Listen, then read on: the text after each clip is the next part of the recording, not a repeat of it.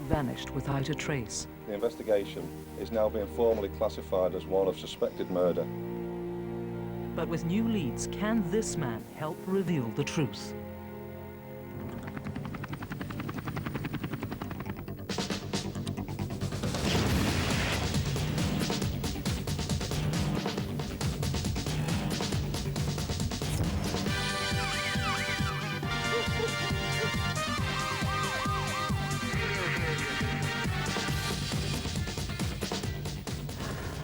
Hello and welcome to Crimewatch. We're live and surrounded by dozens of senior detectives from all across Britain, hoping that your call is going to help solve a major crime tonight.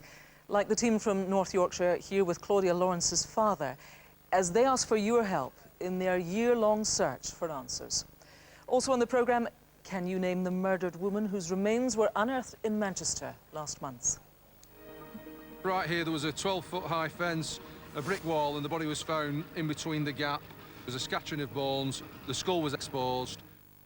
Now, Rav, who's in your lineup? We've got blackmail, burglary and kidnap, just some of the misdemeanours this lot are wanted for. But we also need you to catch the hitman who did this.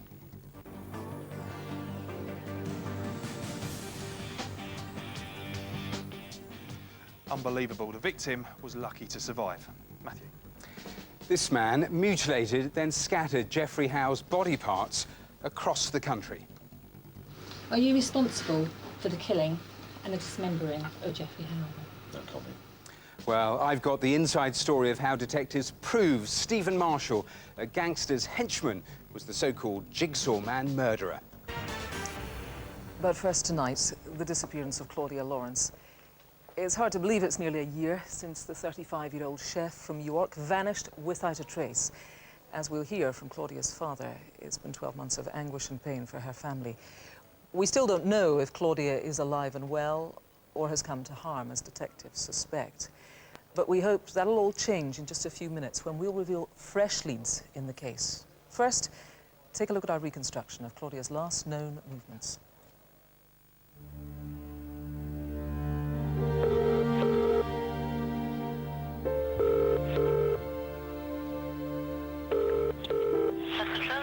Good afternoon. My name's Peter Lawrence. I'm very concerned about my daughter. Fine. And what's your daughter's name? Claudia. Concern grows for a 35-year-old woman who's been missing for a week. Police here in York are saying that the disappearance of Claudia Lawrence is completely and utterly out of character. She was last seen. The investigation is now being formally classified as one of suspected murder. We're distraught and we need your help. It's just been a living nightmare not knowing what's happening. Despite the headlines and huge media interest, we still don't know why Claudia Lawrence disappeared.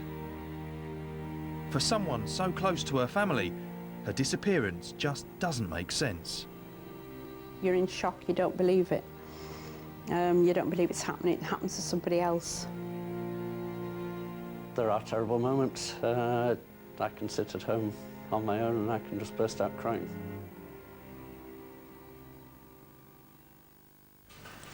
Detectives have pieced together Claudia's last known movements. Right, I'm off. See you tomorrow. In the hope they will give some clue as to what happened to her. Let's start with Wednesday, March the 18th, the last day Claudia was seen. She just finished her regular early shift at York University. CCTV has her leaving the building at 2:30. In the weeks before Claudia disappeared, she started to walk to and from work. The route to her house was about 2 miles, and that Wednesday was no different. She set off home on foot.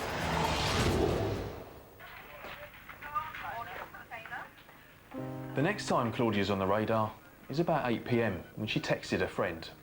Then, just before 8:30, her mum called. Hiya. Yeah, good, thanks. I'm watching it now. Now, we can't be sure, but we think she was at home when she took that call. She sounded cheerful and relaxed. All right, then. Yeah, I will do. Bye. But that phone call was the last time we know for sure that Claudia was alive and well. The following morning, she failed to turn up for work. At 10 o'clock, her manager called her mobile. but there was no answer. Then at 12:08, her phone powered down. It either ran out of battery or someone switched it off. Claudia was supposed to meet friends that evening, but didn't turn up. When she still didn't answer her phone on Friday morning, they got worried. I just find it hard to accept that people just vanish into thin air. And that's what I can't get my head around. There must be people out there that have seen something suspicious or who know something that's happened.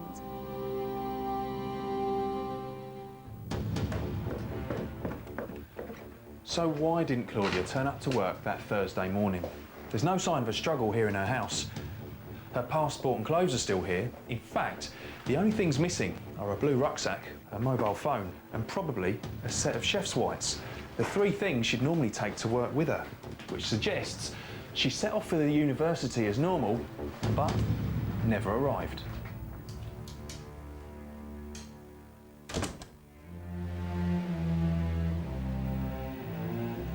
There were two important sightings in the early hours of the morning that week. Both involved a couple, and both were on the route Claudia took to work. The first was on Wednesday, the 18th of March.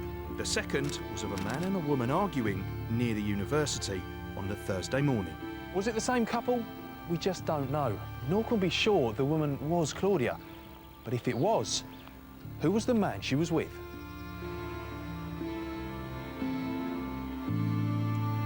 Police believe something terrible happened to Claudia Lawrence, perhaps at the hands of someone that she knew. Whilst much is still unclear, what is certain is that there are people out there with answers. They need to share them.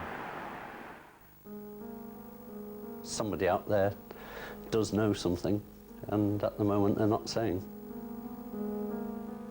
It's almost unbearable not knowing. You try and wonder what's happened to her. You don't want it to be anything unpleasant, so then you try and block that out of your mind. I try not to think about it too much. And that helps you cope, I guess. There's just something missing. There's a very important thing missing, and that's Claudia.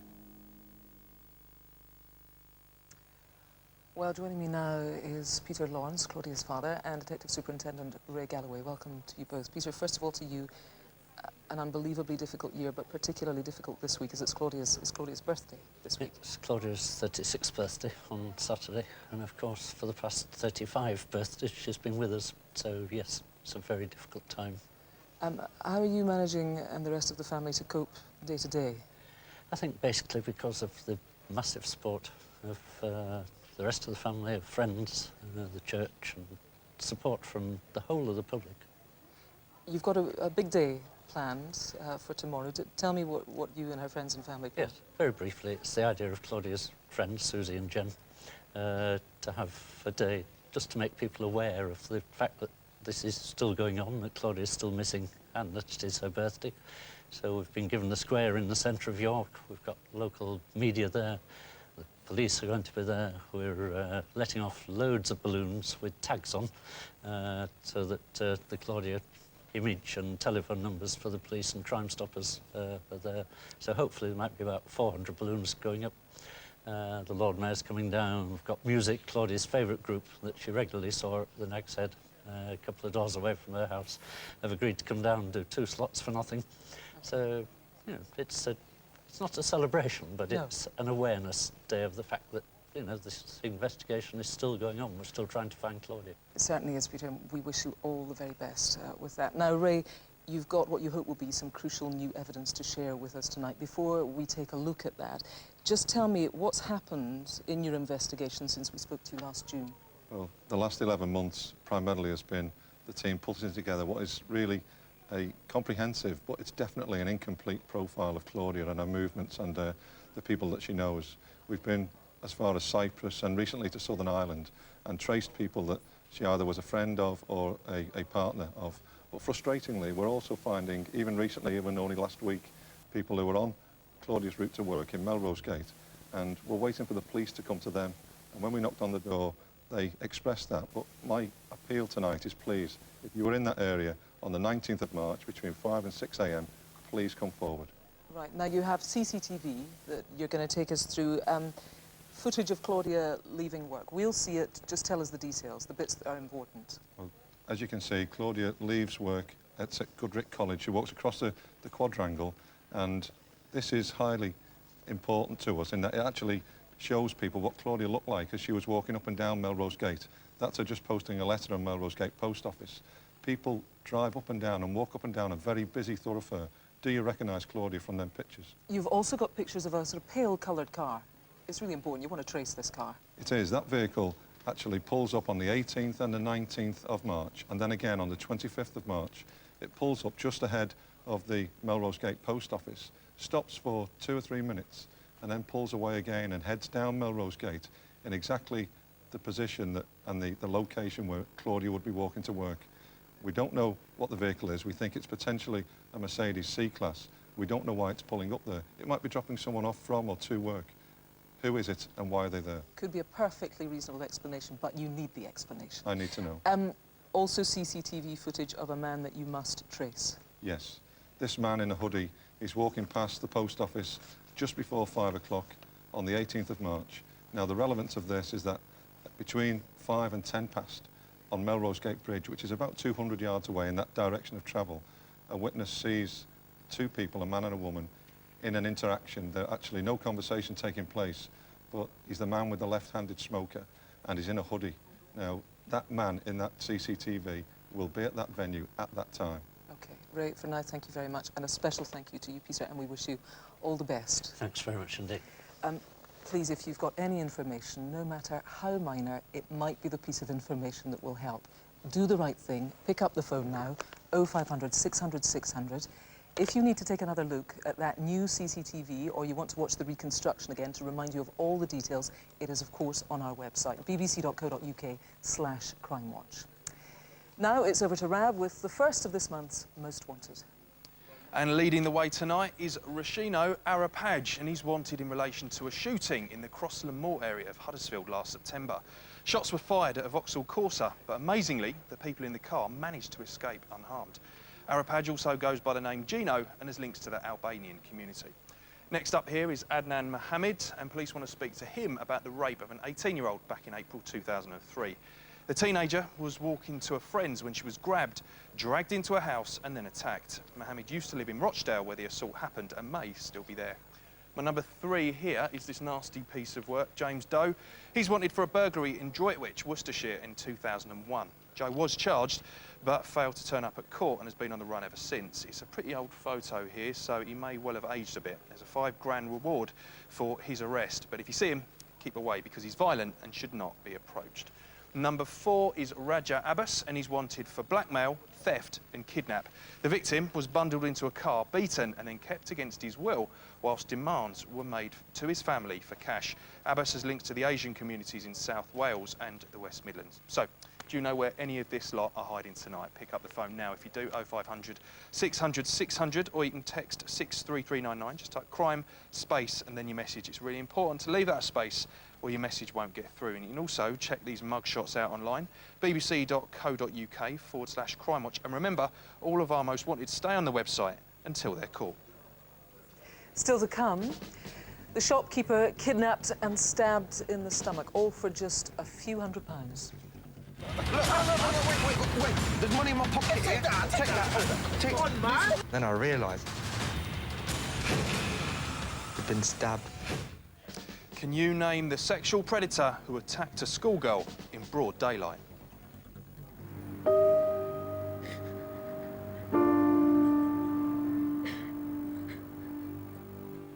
So how dare he touch my daughter? Plus, jailed for life this month, how detectives prove this man murdered and mutilated Geoffrey Howe before scattering his body parts across the country. So all of that is still to come. Now, just 4 weeks ago, workmen levelling a car park in central Manchester unearthed human remains. At first, it didn't actually seem that suspicious because part of the area was once used as a huge pauper's grave. But soon it became clear detectives had a murder inquiry on their hands. Rav joined the team as the search began to name the victim and find her killer.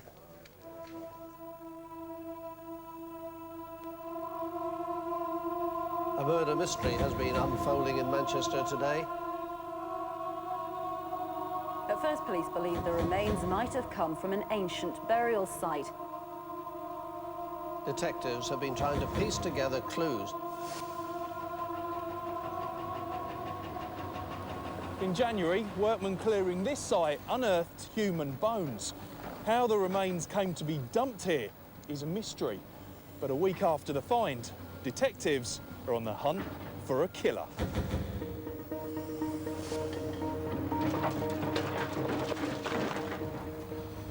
So, Jeff, what's this area here then? This area was historically known as Angel Meadows. It's obviously a construction site now, but it was one of Manchester's worst slums in the mid-19th century. We do know in this area as well, surrounding area, there was a pauper's mass grave, really, with 40,000 people buried there. So tell us what's happened then that's led you to become involved. Well, we got a call about 3:30 p.m. on the 25th of January from workmen clearing the site, and they've uncovered what they believe to be human bones and a skull. Right here, there was a 12-foot high fence, a brick wall, and the body was found in between the gap. There was a scattering of bones, the skull was exposed, clearly exposed, and what we found also were items of clothing and carpet intermixed with some of the bones. We called in the forensic anthropologist, and they were able to help us with obviously interpreting what the scene might have looked like before the digger intervened. But still, at this stage, you're still not suspicious, are you? No, we knew of the presence of paupers' graves in the area, so we weren't too concerned. But nevertheless, we did send the bones off for examination by a forensic pathologist. Along with the forensic anthropologist, we can determine a number of basic features about the skeleton, in that there was a Caucasian female between 18 and 30 years old, probably between 5'1" and 5'7" tall.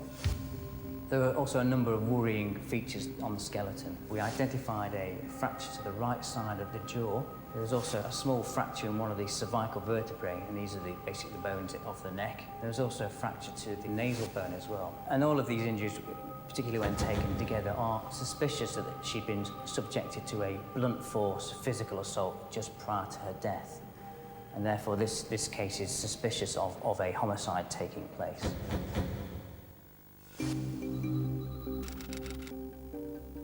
So how do you go about running a major investigation like this with so little to go on? We'll review what the scene tells us, but in an inquiry like this, there is no CCTV. There are no witnesses that we've traced so far. There's no house-to-house, so identifying the victim is the key to unlocking the mystery. So what will your individual officers and staff be doing then? Well, one of the first ports of call is looking at historical reports of missing persons, trying to match anybody that might fit. We've also got somebody looking at the history of that site and trying to give some kind of timeline to the chronology of the developments, try and move this forward, because again, if we can identify who this woman is, we can then start to look at family, friends, associates, and really start to piece together what may have happened. You've also got some crucial clues which could help identify who this woman was. We have, Ralph. We've got a pinafore dress with a very distinctive pattern on. Madame and Monsieur in writing underneath these figures. I'm hopeful that somebody will come forward and recognise that, either connected to our victim in terms of what she might wore at the time and if they can remember that, but certainly anybody that's manufactured that or sold garments like that. We've got carpet, both orange carpet, which seems to be a longer piece, and we've got what appear to be offcuts of blue carpet, again associated with the remains, the bones. And likewise, we've got blue bra, blue jumper, and again, bone remains within those garments, so we're sure that they're all connected with this particular victim. In addition, the things we've covered from the scene, we'll be linking in with forensic science and looking at what they can offer us too.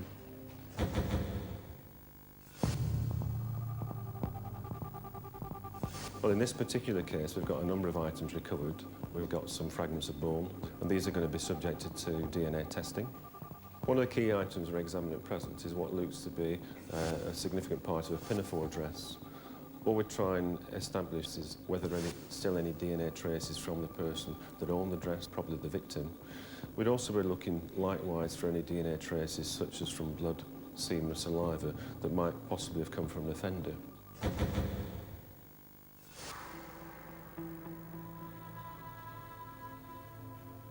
But this isn't just about catching the killer for you, is it? You also want some sort of closure for this woman's family.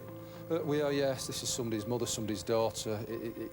Where she's been recovered, she's been laying there for probably years and years, and it's obviously we need to give her a fitting burial at some stage and try and give her some peace in what must have been an awful end. We don't know who this young woman is or when she was murdered, but somewhere out there's a family who have lost a loved one. And with your help, her killer can be brought to justice. Well, I'm joined now by Detective Chief Inspector Jeff McMahon, who, as we saw, is heading up the investigation. It's very early days for you and your team, Jeff, but you do have some leads that are the beginning of the investigation. We do. We know she's female. She's Caucasian, possibly mixed race, 5'1" to 5'7", and the age range 18, we think, up to 35. And again, the injury is consistent with somebody who's met a violent death. Okay. And how long ago do you think that she met this violent death? Difficult one. We're working on that to get the time frame down, but at the moment we're looking at somewhere from 1956 right up to 2009, so a long time to review. As we saw when you were talking to Rav there are a few really important and some of them pretty distinctive things that might help you on the way. Let's start with this pinafore. Yeah, pinafore dress. It's got a very distinctive pattern of this man and woman and the words Madame and Monsieur written across the garment. Again, we're looking at who manufactured that, or does anybody know who wore that garment, obviously, and if they could call in. We saw that it was a blue carpet that could have been used to wrap this woman up. Also orange, more distinctive probably. It is very much so, and we believe she may have been wrapped in the carpet, but again, we're not sure, so anything that triggers a memory for that as well. You find a shoe?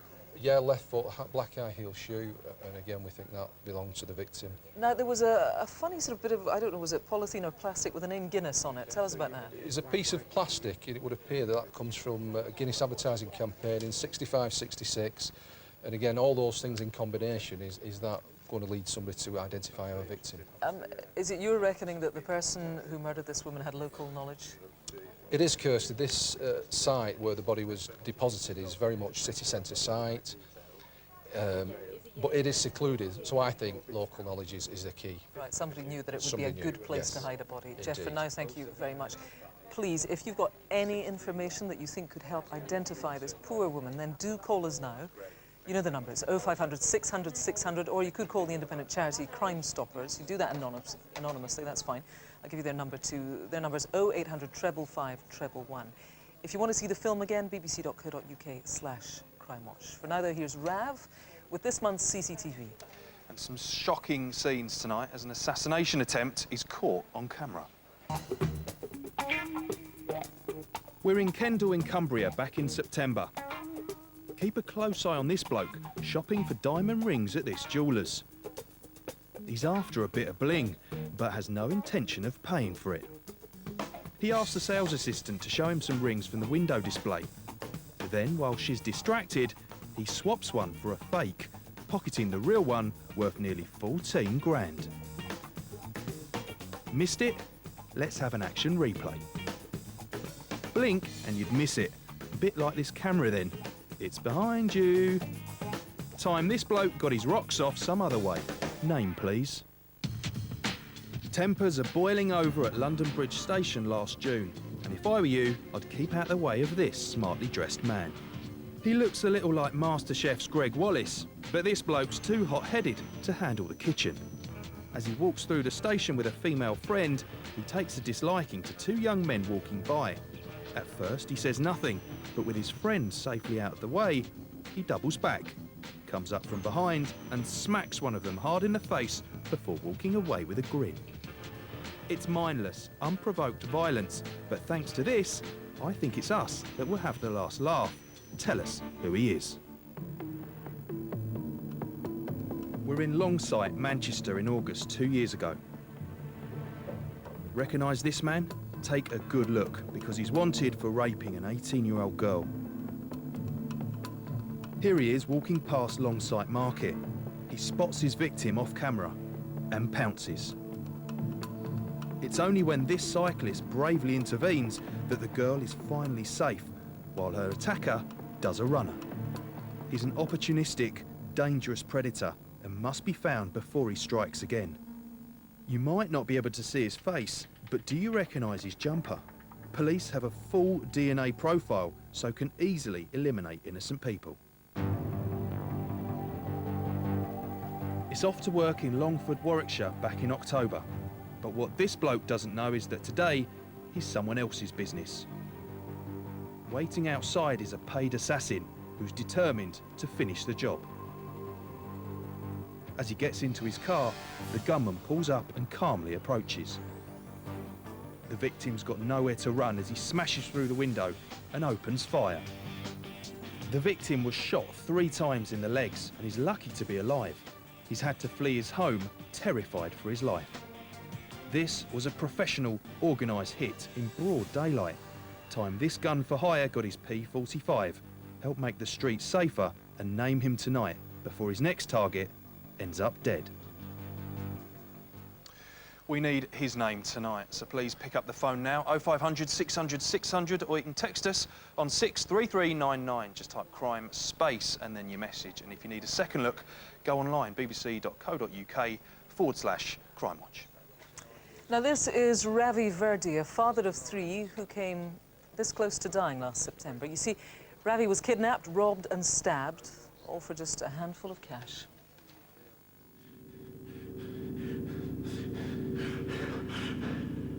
I didn't feel any pain until I actually saw my wounds.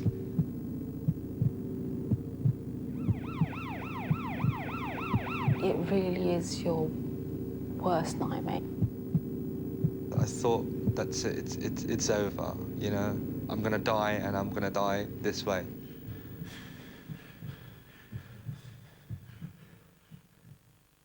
It's going to be a big season this season. It should be, man. No, it will be. Will be. Champions League? No, UEFA Cup. Harry Redknapp's a good manager, but he ain't that good. I see what you mean. You ready? Yeah. Run a family business. We wholesale, retail, wines, beers and spirits around London. Well, I'll put some money on him for top scorer. It's just gone past 10 o'clock and set the alarm, and I've locked up the shop. Yeah? Right, I'll see you later. Yeah? Okay, yeah? And just started my way to walk around to get into my van to go home. I've looked up and I see 3 men. They're wearing high visibility jackets, and I thought to myself, you know, just guys who are working night shift. Get out my keys, open up the van door, and the next thing you know, it's so quick, so fast, the way everything was happening. It's just pure aggression. Then they point this knife in my face. I don't know what's happening here. We take a right, and then a left, and then a right. At this point, they've just stopped in the middle of the road, and I'm not thinking, OK, this is all going to be over now, but it's not. Where's the money, bro? What do you mean? There's no money. What are you talking about? Look, no, wait. There's money in my pocket. Take that. And I tried to get it out, and for some reason, I couldn't. Come on, man. Then I realised I'd been stabbed. Blood just pouring. It's not dripping, it's pouring straight into my hand. What's that? So it's pulled out the money, and it's full of blood now. And I said, look, please just take me to a hospital. I need to go to a hospital. You're taking me for a joke. What's that joke, man? They didn't care. They were heartless. Hey, I'll meet you man at back. At this point, one of the 3 men leaves the van. He would have left Hatfield Road at about 10:20. Where did he go? Ravi needed urgent medical attention and had given the men all the money he had, but still they wouldn't let him go. Somehow he had to get help. Drive up to a main road, and by chance there's 2 guys that walk across. Help! Hey, what are you doing, bro? They haven't even looked up, they've just walked straight on. Next thing you know, they start punching me. Are you crazy, bro? Man, are you crazy, bro? What are you doing, man? Thing, man. All right, look. Hey, feel that? Yeah. I'll cut out your eye, you know. All right. It was just pure sort of fear. And I'm like thinking, if they do kill you, you're never going to see your family again. There's nothing I can do to stop this. With Ravi and the footwell fighting to stay conscious, they drove west along the Uxbridge Road in Hanwell towards Southall.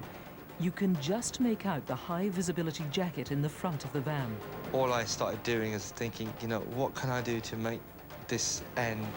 Desperate to get the van to stop, Ravi came up with one last ploy. He played dead. Just slowly started extending out my leg further and further until my shoe was caught under the clutch pedal. What are you doing, man? On the clutch, brother. I can't move the car. I can't move the car, brother. You know, he's pushing, but you can't change it. Unable to move Ravi's leg, his attackers could only do one thing.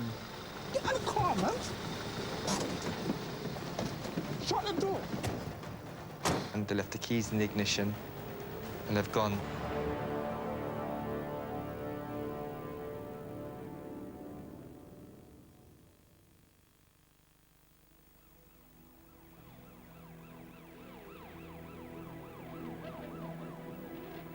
The men who stabbed Ravi would have gone home with blood on them. The people who are sheltering the gang need to think this could have been murder.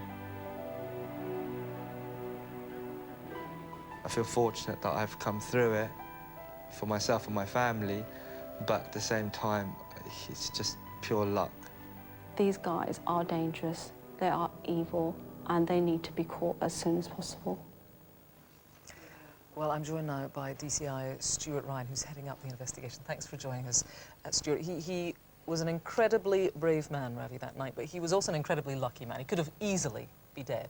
Yes, as you say, Ravi was a very lucky man. He was stabbed a number of times in the chest. He would have quite happily handed this money over to these people, but instead they attacked him and then asked him for the money. Do you say, I mean, it seems like he was pretty much targeted specifically here.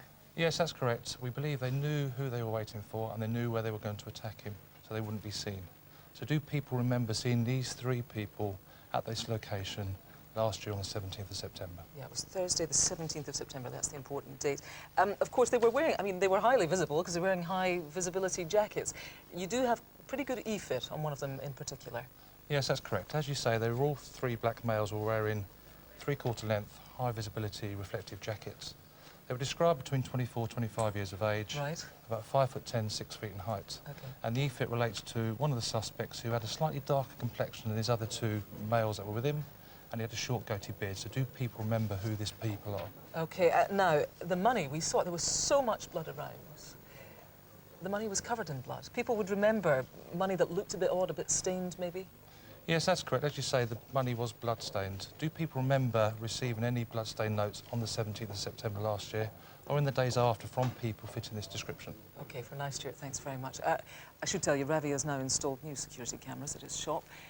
We've got to find these men before they target someone else so violently. You saw what they did. Do call us 0500 600 600, or you could call the independent charity Crime Stoppers. You can do that anonymously. That's fine too. I'm going to give you their number. It's 0800 555 111. Now, though, here's Rav with some more faces in the frame. And I think I'll have fries with my number 5, as he goes by the name of Burger. His real name here is Shane McMahon, and he's wanted after large quantities of amphetamines and cannabis were seized in the Swadlincote area of Derbyshire. McMahon has links to southern Spain, but could well be hiding out in Rotterdam in the Netherlands. 6 is Aga Arzi Allen, and he's wanted for raping a girl at a party in Eastbourne last April. The victim woke up to find she'd been assaulted by at least 2 men. Allen is of Kurdish Iraqi origin and uses a number of aliases, including Heaver. He usually works in small convenience stores and could well be looking for similar jobs now. Next is 33-year-old Omar Habul, and he was found guilty of using fake checks and passports back in 2005. He was due to be deported at the end of his sentence, but instead did a runner and hasn't been seen since. Algerian Habul has links to Luton and London. And last, but by no means least, is 19-year-old Jordan Atwood. He was charged with GBH after a 19-year-old man was stabbed in the face in January last year. Atwood was due to attend court in November, but did a bunk. He has links to both Southampton and South London and uses the street name of Drebs. So come on, if you know where Atwood here or any of the others are tonight, don't wait, call us here in the studio, 0500 600 600, or you can text us on 63399, just type crime, space, and then your message. Don't forget to leave that space or your message won't get through. Now, I have to tell you that our next case is truly sickening. Just over 18 months ago, a vulnerable 13-year-old girl was taken in broad daylight from a busy high street in the Wirral and sexually assaulted. It's been devastating for her, and worryingly, her attacker is still on the loose. So tonight, can you name him?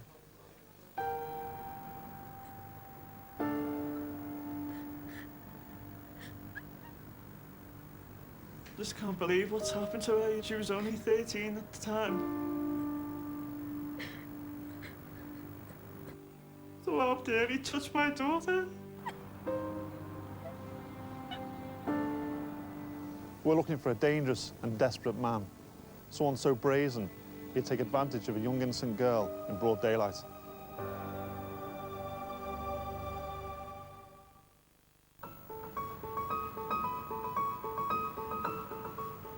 She was out that afternoon to buy her sister a birthday present. I caused her to be independent, like all my children. She's a lovely girl.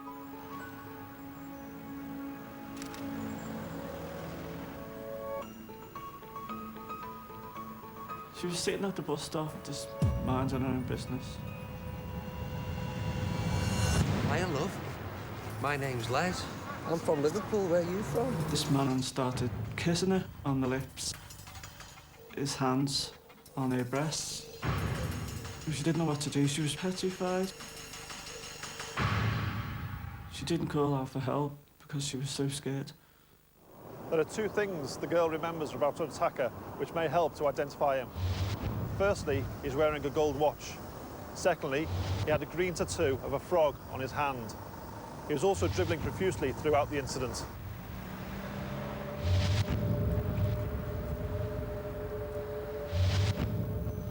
There are a number of witnesses that afternoon at the bus stop who would have had a good look at this man. They may have thought he was the victim's boyfriend and dismissed the incident. However, in reality, he was a sexual predator that continued to intimidate a vulnerable young girl. I need to go to the toilet. Oh, no, where there's a toilet. There's one just down there. Come on, I'll take you. Poor little thing on her own, you know, she just wanted to get away from him. It's just down there. He dragged her by her arm, literally down the road, and took her over the hill to the pond. The attacker told her that he had a knife and threatened to use it. Too scared to cross him, he led her to a local spot called Cadbury's Hill. What he did next was sickening. There's a place down here for you, all right? Oh, this way. This way. Come on, it's just round here. You'll be all right. You can go there, look, it's a nice spot. Come Ed. Come on. Come back to mine. Your mum, she'll be worried about me. You know you're on it. Mind their own business. Not doing anybody any harm. And he just came out of nowhere and done that to her. How dare he put his hands on my daughter? How dare he? I'm so angry. I'm just so angry what's happened to her. After the attack, the man led the teenager to Morden Cross train station, where he finally let her go. At 18:01, he boarded a train to Liverpool Lime Street and vanished. This man is wanted for a serious sexual assault. That day, he thought he got away with it, but he left behind a vital clue, his DNA. All we need now is your help. Give us his name. She's having nightmares. She's just so scared. She's dreaming of him all the time, what's happened. It's on her mind all the time. It's ruined her life. I just want him caught. Well, we hope that she can rebuild it. I'm joined now by DI Mark Watson, who is leading the investigation. This is really awful stuff, Mark. It's really affected this young woman, not surprisingly. Yes, she's really scared to go out on her own now. She's frightened of men. It's made her an introvert. It's really affected the whole family. Okay. Of course we want to catch him, and the good news is you've got quite a lot to go on. Yes, we have. I'm optimistic we'll catch him tonight. We've got a good description of the man. We've got, as you can see, we've got good CCTV. During the incident, he said his name is Les, and he's from the Liverpool area. He's described as being 5'8" to 5'10", short grey hair, about 30 to 40 years, and he's got withered skin. Okay, now, two really interesting and pretty distinctive things. A bit of heavy gold jewellery, might have been a watch, and also this very distinctive tattoo by the sounds of it. Yeah, that's right. The tattoo we believe to be of a green frog, which is on the top of his left hand. It's a tattoo that's well, we think it's a frog. I mean, that's it might right. be a frog, it might not, but it's something similar to That's that. right. Okay. Yeah, that's right. And this, the watch, maybe a watch, but certainly a heavy gold piece of some sort of jewellery. That's right, that's correct. Now, the people didn't know what necessarily they were seeing. You know, maybe they thought it was girlfriend, boyfriend, but it seemed a bit odd. So That's witnesses are crucially important here. That's right. It happened on June the 19th in 2008 outside the Coach and Horses public house on Pasture Road in Morton. A bus stop that location, and we'd appeal to witnesses that we got on the 117 bus to Clatterbridge to come forward. They got on the bus about 5:20 p.m. Very briefly, you've got DNA, so that's great. That's right. We've got DNA, which will help us to eliminate suspects as and when we catch them. Which is so important. If people want to give us a name, you can immediately count it out in the next few days if it's not the right name. This man, right. I have to say, he needs to be caught, and he needs to be caught fast. If you can help, pick up the phone now. The number is 0500 600 600. If you've been a victim of crime, there is the victim support line. Let me give you their number, 0845 30 30 900. Now, here's Rav and Matthew with some fantastic news on previous cases. Now, we had a staggering response again last month when we appealed for information on serial killer Peter Tobin's life. You'll remember in December, Tobin was convicted of the murder of 18-year-old Dinah McNichol, ending nearly 20 years of uncertainty for her family.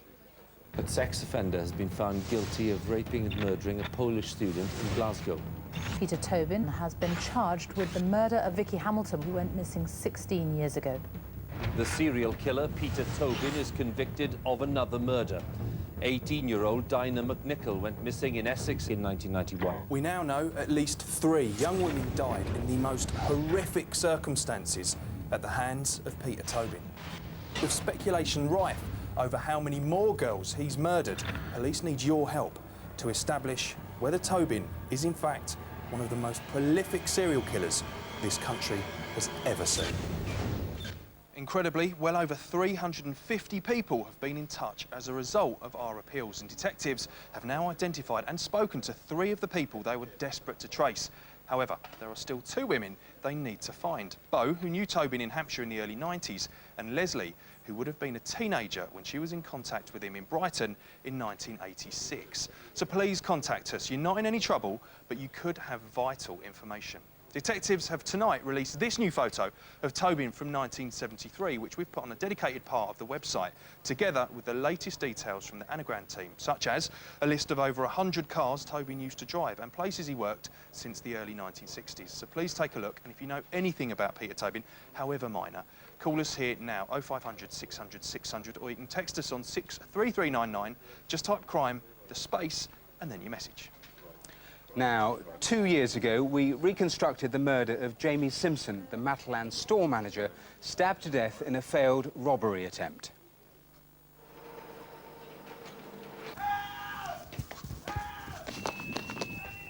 Someone call the ambulance! Let me call the ambulance!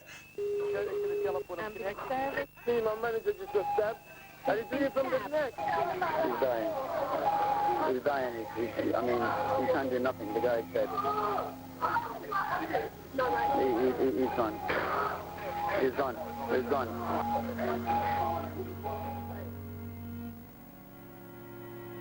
You're not prepared for this. Nowhere in life are you prepared for the death of your child before you.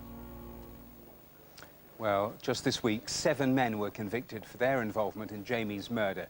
This man, 19-year-old Kabina Essel, was found guilty of murder, while these 3 were convicted of his manslaughter. All 4, plus a further 3 men, including the store's security guard, were found guilty of conspiracy to rob. They will all be sentenced next month. A great result. Now, last March, over a 3-week period, members of the public made a series of very grisly discoveries. Dismembered body parts were found scattered across the country. The investigation that followed led detectives on a disturbing journey into the life of a savage killer who was no stranger to mutilating bodies. Matthew takes up the story of how the police caught the jigsaw man murderer, Stephen Marshall. I was out in the tractor when something at the bottom of the field caught my eye. I thought, well, I'll stop and have a look. The bag felt heavy. I thought, well, I'll have a look inside.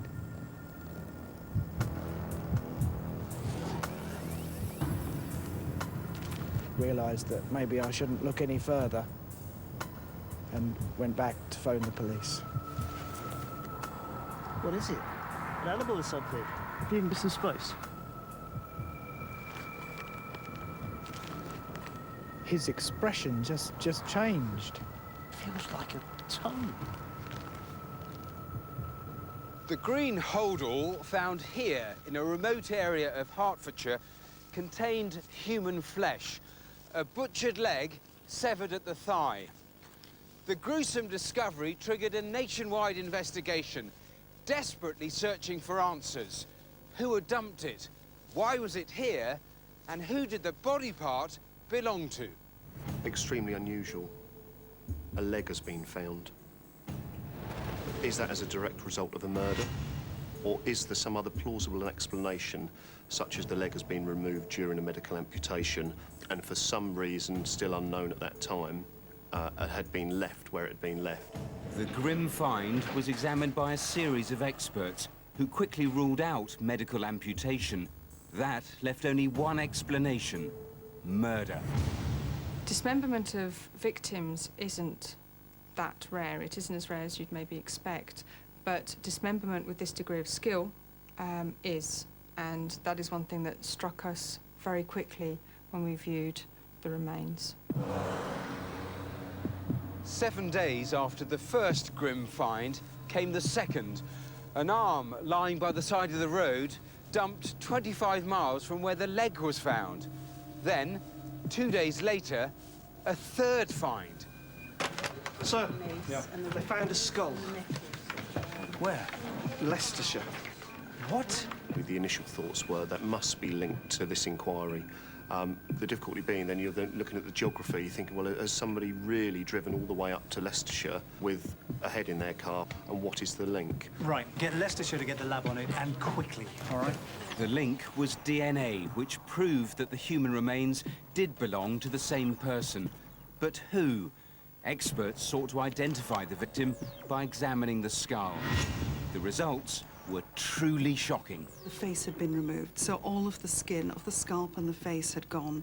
The ears, the nose, the eyes, the tongue had been removed out of the floor of the mouth. So really you were left with a skull and some small bits of muscle still attaching to it, but everything else had gone. The latest findings were so harrowing, they couldn't be made public. You could have just seen it, you know, scaremongering and was this a Silence of the Lambs type incident, you know, and so it was crucial that that remained within the investigative team, that it didn't go out to general public, and that we found our offender as soon as possible. But yet another macabre find was to come. Forensic teams have been called in after a report that more human remains have been found in Hertfordshire. The disturbing news of a fourth discovery was quickly followed by a fifth, this time a torso disposed of in a dike. And with every find came new information on the victim's identity. Right, run a check on every missing person in the country. And Ian, if we find the victim, we'll find the killer. What we managed to establish from the experts was a narrower age range of which our victim was in, his ethnicity, build, shoe size, so starting to build up a clearer picture of exactly who our victim was. And how he died. What? By examining the torso, it was clear he was killed by 2 stab wounds to the back. This brutal killing was making headlines on a daily basis. With body parts found in 2 different counties, there was massive media attention. And yet, the identity of the so-called Jigsaw Man remained a mystery. But that was about to change. Sir, I think you need to take a look at this. We've just had a call about a missing person. He normally speaks to his mother at least once a day, and she hasn't heard from him in over a month. Does he fit the description of the victim? Oh, yes. The missing man was Geoffrey Howe. When detectives ran checks on his background, they discovered he'd recently taken in 2 lodgers, Stephen Marshall and his girlfriend, Sarah Bush. What have we got on Marshall? Well, we know he's violent. He's currently on bail for assaulting his girlfriend. Who's a girlfriend? Miss Sarah Bush, 20 years old, used to work as a prostitute, which is where she met Marshall, and they became lovers. When they needed a place to stay, Jeffrey was happy to help, but the relationship soon turned sour. Look, Steve, you haven't got the rent, have you? All right, mate, you'll get it. But when? I don't know. Jeffrey had wanted to evict them, but was too frightened to cross them. And can they be linked back to Howe's disappearance? Well, I've done a background check on Marshall. You're not going to believe what I found. Previously, Marshall had lived only a few hundred yards away from where the torso turned up. The killer quite clearly knew the location, and it was putting the two and two together that gave us a key breakthrough. The case against Marshall and Bush was stacking up. On the pretext of a missing persons inquiry, detectives went to question them. I was relatively nervous myself, to be quite honest, when I knocked on the door. Answered by Sarah Bush. Good afternoon, sir. Shook his hands, great big hands. Sat down. He was very, very nervous. Jittery, his leg was shaking. Sarah Bush was uncomfortable. And at that point, I knew that Jeffrey Howe was going to be our victim. Mr. Stephen Marshall, I'm arresting you on suspicion of The couple were arrested and taken for questioning. With no time to lose, detectives compared Jeffrey's dental records with teeth found in the skull. They were an exact match and proved categorically that he was the victim. But in interview, Marshall remained calm. Are you responsible for the killing and the dismembering of your friend Jeffrey Howe? If so, why did you kill and dismember Jeffrey Howe? With Marshall saying nothing, detectives needed answers. And the clock was ticking. Detectives had just 72 hours to charge their prime suspects or watch them walk away free. With the suspect still in custody, forensics began the painstaking search of Jeffrey's home. It was only through thorough examination that we actually established that the flat was, in fact, the murder scene. It was heavily blood-stained areas underneath the carpet. That blood belonged to Jeffrey Howe. The killer then moved to the ensuite bathroom to dismember the body. It was then that the cover-up began. But as he frantically wrapped the severed limbs, green fibres from his clothing were deposited on the duct tape. The same fibres were later recovered from a green T-shirt found in Marshall's bedroom. As soon as the forensic work came back, I personally felt that we've got Marshall, and there's no way on God's earth that he'll get away with this. Although forensics placed Marshall at the scene of the crime, he repeatedly denied the killing. It was only when detectives looked at Jeffrey's finances that the full extent of Marshall's murderous plot was uncovered. The motive was money. The day after the killing, Marshall and Bush set about emptying Jeffrey's bank account. We were talking about ordering food, or ordering clothes from his account, selling his car. You got the money? I have. It's all there. We were able to prove that Marshall and Bush were involved because both of their fingerprints were found on the receipt. Days later, CCTV caught Marshall paying a forged cheque from Jeffrey's bank account into his own. When the spending spree was over, Marshall and Bush set about disposing of Jeffrey's body. One piece of key CCTV that we established was on the day when we believe that Jeff's head was deposited in Leicestershire. The key breakthrough was that the CCTV was clear enough to identify Marshall driving his car and Bush sat beside him. At the 11th hour, both Marshall and Bush were charged with murder. Although united in the cover-up, Marshall and Bush would later blame each other for Jeffrey's murder. But when the case came to trial, the evidence against Marshall was compelling. One question remained. How was it that Jeffrey's body had been dismembered with such skill? A shocking revelation was to come. Marshall went on to admit to a gruesome past in which he'd cut up 4 other corpses. I think it just showed how strong our case had been, and that Marshall really, if you like, had thrown in the towel. Bush was acquitted of murder, but sentenced to 3 years and 9 months for perverting the course of justice. Marshall changed his plea to guilty and was sentenced to life. He'll serve a minimum of 36 years. It really is justice, not just for Jeffrey Howe's family, but for the British public, really, to know that this nasty criminal is behind bars and he'll be an old man before he's got any chance of coming back into society. Horrendous. And that remarkable admission coming at the end. Yeah, it was a dramatic moment towards the end of the trial that took everyone by surprise. Marshall admitted through his barrister to dismembering 4 other people in the 1990s. An unidentified witness told the court that during this time, Marshall worked for a notorious North London gang. He was what the mob like to call a cleaner, the man who gets rid of evidence after crimes. Now, the bodies were apparently brought to him after gangland hits, and he would then cut them up. Now, obviously, police now are trying to find out as much about these crimes as they can, and Marshall is central to that. There's no surprise at all that when police started to look into his character, there was sort of violence just permeated his life, really. Yeah, he was a frightening character who could flick like a switch to using extreme violence in all his personal relationships with people he came into conflict with people that just got in his way. And I think that's what happened with Jeffrey Howe, a rather gentle character. But Marshall decided that he could almost take over his life if he killed him. He could live in his flat, he could claim his benefits, he could steal his money. I mean, he wasn't rich, he had about 5 grand in his account, but for Marshall, it was enough to murder. Police obviously pretty satisfied with this result. It's a good one, it's a big one. Yeah, satisfied because it was a difficult investigation, almost a back-to-front investigation. Normally with murders, you know right from the start who the victim is. Here, Marshall and Bush were in custody before the victim was identified, so real pressure on the police. But the police cracked this in 5 weeks, so pretty smart work. Yeah, smart work. Now, here's Rav with a quick roundup of what's been happening on the phones. That's some good stuff already on Claudia Lawrence, the missing chef from York. 1 year on, still lots of calls coming in.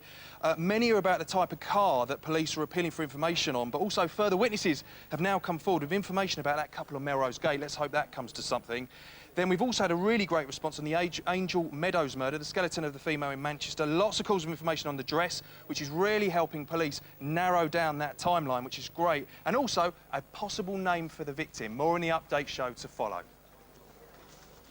Right, that's all for now. Details on all of tonight's cases are online. It is, of course, bbc.co.uk/Crimewatch. You can log on now. We're going to give you a live update, if you do that, on what's been happening here on the phones. It seems to me that we've had some great calls and that it's been a busy night. The lines will be open until midnight tonight and from 7:30 in the morning. Our next programme is on Monday, the 29th of March.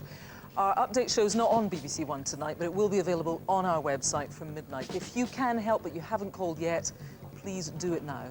It could all be down to you. Thanks for watching. Good night.